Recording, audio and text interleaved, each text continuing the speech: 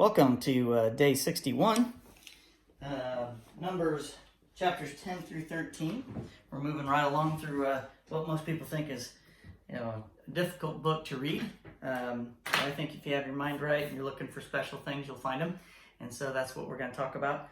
5 little points I want to make today. One extremely big one. So first, we're in chapter 10, and it's talking about trumpets. So here we have God saying, hey, make a whole bunch of trumpets and two trumpets, not a whole bunch, two trumpets for silver, and then you're going to use those to say when I want to talk to the leaders or when we're going to break camp. So that was in chapter 10, verse 2. But also want to point out what trumpets are important. So if you've not read your Bible, then trumpets are important in the end times in Revelation. Book of Revelation, chapter 8. The 7 trumpets, you have the 7 seals and 7 trumpets, and then the 7 vials. And there's 21 judgments in the book of Revelation during the 7-year tribulation when the Antichrist rules. So the middle 7 of the 21 are 7 trumpets that are blown. Revelation chapter 8, verse 6. Let's see here, verse 6. Then the 7 angels with the 7 trumpets, there again you have a whole bunch of 7s in Revelation, prepared to blow their mighty blast. Okay, and then it goes through and tells what each of the 7 trumpets, why they were being blown. Really doesn't have anything to do with these trumpets. I'm just trying to say that there's a lot of trumpets that are used in the Bible. Again, that would have been another thing to put for a list, but there's a million things we could probably put for lists. And I try to pick some important ones. Then 1 Corinthians 15:52. I don't know if you know this, but this is kind of cool. 15:52, a very important verse in the whole Bible. Chapter 15, verse 52, 1 Corinthians. It will happen in a moment, in the blink of an eye, when the last trumpet is blown. For when the trumpet sounds, those who have died will be raised to live forever. And we who are living will also be transformed. Okay, so really cool thing about trumpets. And when we get to that verse, and when we get to Corinthians next fall, I'll explain that a little bit more. So that's a really cool verse to be thinking about, because at some point in time, the last trumpet, and then again we'll explain what that means. The last trumpet, is it the last one? Is it the last one of the age? Because we have lots of different alarms in our life. Lots of last alarms. Like you have the alarm for the day to get up. Maybe that's the only alarm you get. That's the last alarm. Maybe you have an alarm at work that goes off when you're done working. But that doesn't mean you don't have a last alarm the next day and the next day after that. So we'll get to that when we get next fall, when we get to Corinthians. And in Revelation, we'll talk about that again. Next thing, God trusts Moses. This is really cool. Chapter 12, verses 6 through 8. Chapter 11 is about them getting quail and them starting to question. Moses even questions God, and that's one reason why he's not allowed to get into the promised land. So we hear about that later, where Moses can see the promised land, but he's not allowed to get in because he questioned God. And that's one of the things he questions about the quail. Why'd you bring me here to help these miserable people? So chapter 12, how God trusts him. Verse 12, 6 through 8. And I'm not going to read the whole thing. I just want you to understand. Miriam and Aaron are questioning Moses, and so is Hazareth. They criticize him.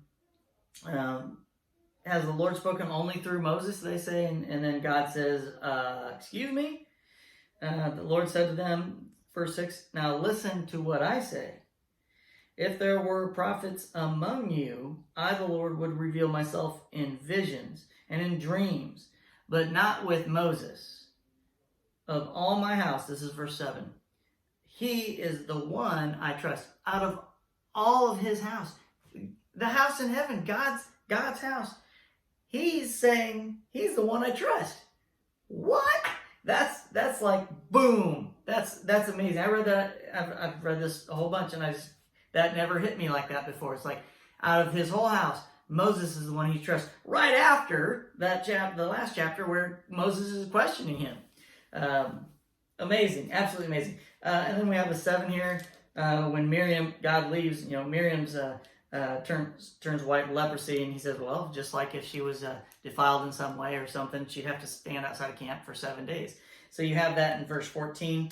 And then the big one that I'm not going to explain too much, but I'm going to say, hey, you need to earmark this. This is a big deal. Not for the whole Bible, but in this area that we're talking about. Chapter 13, verse 25. Chapter 13, verse 25. Verse 2 says, send out men to explore the land. So here are the men, 12 men, one leader from each of the 12 tribes of Israel. We have Joshua and Caleb, are two of the men from 2 tribes, and there's 10 others. They go and explore the wilderness. So in verse 25, it says, after exploring the land for 40 days, the men returned. And what they do? 10 of them complained, saying, oh my gosh, we can't go there. We can't defeat these people. Why? And here's the last point. Giants. So, and there's many more verses for giants, not just in this chapter, but in the Old Testament about giants. But in verse 30, but Caleb tried to quiet them. Verse 28. But the people living there are powerful, and their towns are large and fortified. Well, we even saw giants there, the descendants of Anak. Okay, so how big are giants? 8 feet tall, 9 feet tall? Well, it talks about giants throughout the Old Testament and how big they really were. Verse 33, we even saw giants there, the descendants of Anak. Next to them, we felt like grasshoppers. And that's what they thought too. So it's not just that they're 8 feet tall. These 13, 15, maybe 20 feet tall, and maybe even taller. We don't really know that much. But we do have more descriptions about the giants in the Old Testament. That's not the biggest thing. I just wanted to mention, if you got giants, offspring of angels and the human women, they definitely have special abilities and could move big, massive boulders and rocks and things that made part of the pyramids, or even part of the things in South America, the monuments and stuff that they have. So that's not far-fetched. I think that is a little easier to accept than aliens coming from outer space doing it. Why can't you put your faith in this? This to me is a question to those people. Is like, why you got to put faith in something you can't see, that's not out there? Not that you can't see, that we don't have any proof of aliens. When we have the Bible that tells us so much, and there's so much truth in it, I have more faith in this than in giants than I do aliens. So the biggest thing is the 40 days. They went and they searched through the land for 40 days. So keep that in mind. The 40 days is the big one for today. That is day 61. I will see you tomorrow.